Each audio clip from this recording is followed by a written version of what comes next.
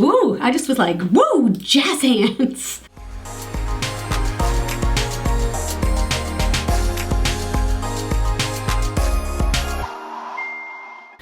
It's Linda, welcome back to my channel. Today's video is something that I haven't done in so long, and I've kind of missed doing this. So I have to admit, while I haven't been buying a ton of makeup this year, my low buy has been pretty much complete shit. Like, I honestly can say that I have not done well. And I know that's because I got a new job and I'm making a little bit more money, so I'm like, oh, I can afford to buy that lipstick. Oh, I can afford to buy that powder. Do I need any of it? I mean, yeah, I need all of it. It's a need, you know, like food, water, Charlotte Tilbury powder. These are needs. Maslow's hierarchy and all that. No, I don't need these things. So instead of doing a wish list of all these things that I want, I am doing an anti-haul. These are all the things that I don't want, things that I am not going to be buying. Some of these came out a month ago, some of these came out a week ago, some of these haven't even come out yet. But really, I just want to tell you guys about the things that aren't turning me on right now, things that aren't blowing my skirt up. Then I want to tell you about a few things that are kind of blowing my skirt up, maybe like a light breeze flying up there. I'm not quite buying these things, but I haven't quite said no yet. So this is kind of a long list, so let's just get right into it. I'm gonna scooch over so that I can put pictures up here of all these items so you can see what I'm talking about. I feel like I'm about to read the day's news. Very important stuff. So the first thing that I want to throw on this list would be the Shane Dawson and Geoffrey Star collaboration, and I'm talking about any of it. I'm talking about the mini controversy palette, the conspiracy palette, the pigs in a blanket. I don't think there's any pigs in a blanket, but you know what I mean, the pig things. There's lots of pig stuff. I will admit that I did watch some of the Shane and Geoffrey videos, and I really did think that they were brilliantly done. Like, the editing is fantastic, but at the end of the day, it just felt like an ad to me. And this is besides the fact that I personally do not want to buy anything from Geoffrey Star. That's not my thing. He's not my favorite. So yeah, none of that really appealed to me. I'll admit I was even nervous on the episode where they did the reveal of everything, because I was like, shit, what if it's amazing and I need to have it? And I'll admit, when I saw the outer packaging, I was like, oh crap. That packaging is bomb. It is amazing.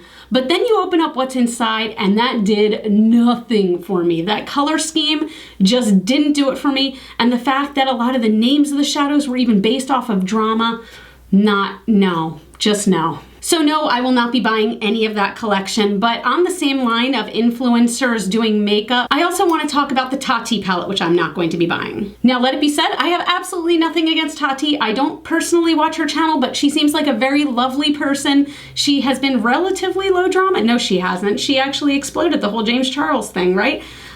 Is there anybody that's low drama anymore? But at the end of the day, when I looked at her palette, which did look lovely, I have all those colors. I can make all those colors, but that's because I do have a bit of a larger collection, and a lot of the stuff in my collection are those neutral colors, those browns, those oranges, those black colors. That really would be a beautiful palette for somebody who does not have a whole lot of makeup, and then you have everything in one. You have glitter, you have shimmer shadows, you have mattes. I do love the idea of the layout of that palette, but I will not be purchasing it. Then next we have the Noir Deena collection. Any of the Noir Deena collection. I know there are a lot of YouTubers right now saying ad nauseum at how many things that Anastasia Beverly Hills and Noir Deena have come out with in such a short period of time, and they're upset over that because the Noir Deena collection is expensive. These are not like Colorpop palettes where they're 12 bucks a pop. These are $40, $50, $60 a palette. The colors look lovely, and I'm sure they swatch like a dream because Noir Deena and Anastasia shadows are beautiful, but it's too much. And just, I feel like they weren't thought out as much as they needed to be. I feel like they were interested in kind of just trying it out, where they churned out a bunch of stuff to see how it went for them. I think it probably didn't go so well for them because none of these palettes got their chance to shine. None of them got to be in the spotlight. Like Jackie Ina's palette, Carly Bible's palette, they were in and out so fast. I felt like you heard about them for about 24 hours and then they were gone. So I actually feel bad for those two influencers because they probably put so much work and effort into, maybe the design of the outside of the palette or picking the shade names or everything like that. and then all of a sudden it's just boom, it's yesterday's news. But I digress. The main reason I'm not buying them is they just don't interest me. The next thing on my anti-haul list would be the Urban Decay Party Favor Moon Dust palette. I'm not sure, I don't believe this has come out yet. I'm gonna put the release date on the screen if I can find one, but this I think is coming out with their holiday collection. And this is similar to the other Moon Dust palette they had. And I did not own that palette because when I went in store and looked at it and swatched it, I hated it. I hated the formula. And I usually lust after Urban Decay shadows, but these felt crumbly and they just, it had glitter fallout everywhere. And sometimes glitter fallout isn't always a great thing. This is good glitter fallout. But really, I just don't see why they would put something like this out. The Moon Dust palette, I feel like, was out for a bit and then all of a sudden it was on clearance and it was at Nordstrom Rack and it was at these discount places. I believe I've even seen them in TJ Maxx and Marshalls. So why would they come out with another one right away? I mean, it looks okay in the pictures, but it just doesn't look like anything that interesting. So I'm unsure about why they put that out. I thought that maybe they would just, ramp up the release of their honey palette and, call it something for the holidays, like Gilded with Gold, whatever it is. Just focus on that. That formula is fantastic. Moon Dust, not so much. This next one bums me out a little bit. So Milk Makeup, you guys know, is one of my favorite makeup brands. I don't know why. They just feel so innovative and creative, but just, I don't know, they feel clean at the same time. They just came out with a brush set, and when I heard they were coming out with brushes, I was like, holy crap, that's amazing. They're gonna be cruelty-free, they might be vegan, this is fantastic. And then I found out that it's a Milk Makeup and Sephora brand collaboration. Here's my issue with that. Sephora brand is not cruelty-free. So this brand that prides themselves, Milk Makeup prides themselves on being cruelty-free, they're partnering with a brand that is not. Now, granted, these brushes are made of synthetic hairs. They have said that.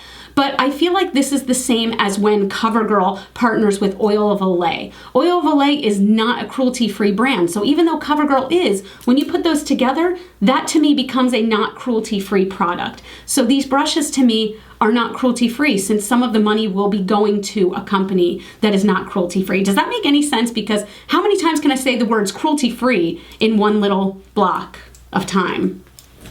27. The next item on my no-no list is the Huda Mercury Retrograde palette. Who thought of this color combo? Like who? I would like names. I'm personally offended. In all seriousness, it just is weird, right? For some reason, when I think of Mercury Retrograde, I think of spacey colors because hey, Mercury. Why can't I say Mercury? But I think of blacks, I think of bold blues, purples, maybe a fiery pink, things like that. This palette is like pastels and everything is muted, and that one powdery looking blue, I don't know if I've ever seen a palette that has made me so viscerally nauseous. That sounds so mean, and I'm really not trying to be mean because the thing is, all I'm trying to say is everyone's got their own opinion. Everyone has that color scheme that drives them nuts. Like the Mel Cosmetics Gemini palette, that's all those dirty, grungy browns and greens, is basically what my heart is made up of. And other people look at that and see baby diarrhea. I think that palette is dreamy and sexy. I think the Mercury Retrograde palette is, no, yet. Then there's one that kind of bums me out, and this is the new Sugar Pill Liquid Lipstick collection. Maybe it's because I'm not 16 anymore, or maybe it's because most of the time that I'm wearing makeup, I'm wearing it to work, or I'm wearing it, just out to a low-key dinner. But green lipsticks and those kind of like dingy brown lipsticks, not like 90s brown, but dingy brown, they just, I know I would never reach for them. Sugar Pill's liquid lipstick formula is awesome and wearable, and I love it. And also I love how they have that formula that the more you press your lips together, this crazy glitter comes out. But these colors though, I'm sure they look great on someone else. Maybe some cute little 16-year-old who likes cosplay. Maybe not this face. It's closer to 40 than it is to 30. I don't know. Last on my list are two Colorpop collaborations. One is the new Disney collaboration, and if you don't know this about me already, I am a Disney fanatic. I go to Disney World about twice a year, and I live pretty far away from it. I love Disney. I love every Disney movie. They just make me really happy. But this collection, it just does not look appealing to me. I feel like it's all been done, and I don't know what about it feels stale, but it feels stale. The lipstick colors look meh. The shadow palettes look meh. Now, I mean, I guess the artwork on the cover looks nice, but the problem with putting a cartoon character on the cover of your makeup palette is I sort of feel like it makes it look cheap. Whether that's, you know, I mean, of course that's unintentionally, but I feel like it makes it look like something you would find at Claire's. And I love Colourpop's formula. I really do, but just not that. The last one is their collaboration with Pony's Makeup, who I'll be very honest that I do not know who that is. She looks very pretty and very cute in all the promo shots, but this is just very pink, and I know I don't wear pink, so I know a lot of people were real excited about this one. This one is one I'm definitely just not gonna buy. I mean, what else do I have to say about it? I'm not gonna buy it. It feels good to say I'm not gonna buy things because there are so many things where I'm like, I'm gonna buy that. The next little group of things I wanna talk about are things that I haven't 100% decided whether or not I'm gonna buy yet. I have ones where I'm like 90% I'm not gonna buy it, and I have ones where I'm 90% I am gonna buy it. The Melt Makeup collection that just came out is so painfully beautiful looking in all these photos. The packaging, so much thought was put into it. It was to the point where I was like, when that comes out on November 29th, I'm buying all of it. I'm gonna save up and I'm gonna buy the whole collection, whether it's $500, I don't even care. I'm just gonna buy it all. And then, I'll admit, a lot of times I will look to YouTube videos and tutorials to convince me to buy something. I'll look at those videos and be like, oh my God, I'm on the fence whether or not to buy it. I kind of want something to push me over the edge and be like, okay, I definitely need that. I saw a video where Raw Beauty Christy, who I love and respect and think that she is talented beyond words. I watched her video where she gave a tutorial on the collection. She did one palette on one eye and the other palette on the other, and I found myself going, she did an amazing job. She has a ton of talent. She is fantastic. I found myself looking at that collection going, well, I guess I don't actually need or want any of it. So it's just so interesting how I went from I'm going to spend $500+ to I'm not buying any of it. It still looks beautiful, and I've seen work that people have done that looks great, but I'm just not getting it. The next one is something that I'm considering for a gift for somebody. I have not actually bought any Huda Beauty products, and the Nude Obsessions palette kind of spoke to me. It's one of these little palettes that she comes out with. There's this beautiful mix of mattes and shimmers all in this one little palette, and they're the perfect nude colors for anybody, for any skin tone. I'm convinced this is just a beautiful palette that I feel like would make a fantastic gift for somebody. It's under 30 bucks, it's $29, so it's not too expensive, but it looks really luxurious. So I feel like this could be a perfect gift for someone on my list, maybe for your list. By the way, I am gonna be coming out with a holiday gift guide at some point, so keep a lookout for that. The next one, I am fighting off buying so hard. The new Colourpop Soul collection, they came out with these body highlighters. The palettes are like this big. They are massive because they're supposed to be for your all over body shimmer. Now, here's the thing. It is about to slip into winter here. I am wearing hooded everything right now because it is so cold in Baltimore already, and yet I'm looking at body glitter. The formula just looks so beautiful and luxurious, and these compacts look so pretty. The colors look lovely. So I'm probably going to be able to avoid buying this and hold off, but I can't guarantee that. Have any of you guys used these? Because I've seen a lot of people get them in PR so far, so I wanna know how they are. Whether they stick on the body and it just looks like chunks of glitter, or whether it just makes you look like Chrissy Teigen. Another gift idea that is calling my name is the Milani Baked Blush Vault. For $60, you get 10 of their baked blushes. Y'all know that Luminoso is my holy grail blush of all time. So to get 10 of their blushes in varying colors, it makes me feel funny in my pants. I just think this set is gorgeous, and I feel like if you had a ton of friends where you were all buying gifts for each other, to spend $60 and get 10 blushes, and then you can each dole them out, maybe give each one a little something in their stocking. Oh, how cute. I'm likely not gonna buy it, but I do like to live in this fantasy world where I've won the lottery and I can just buy things like this for all my friends. You know, the usual. And the last thing that is sort of destroying me inside, even though it has not even been released, it has not even really been teased that much, is the Kesha Rose Beauty line. I love Kesha.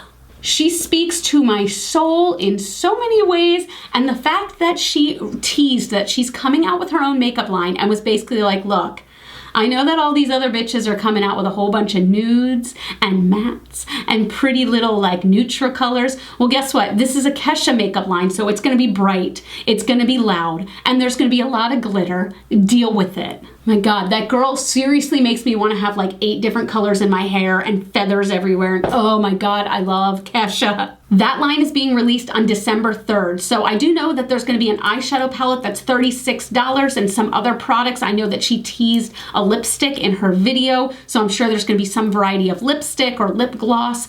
Oh, I'm just really excited to see it. I'm worried it's going to let me down. I hope it's cruelty-free because I don't know that much about it yet. But I, for some reason, have a feeling that with Kesha, it would be.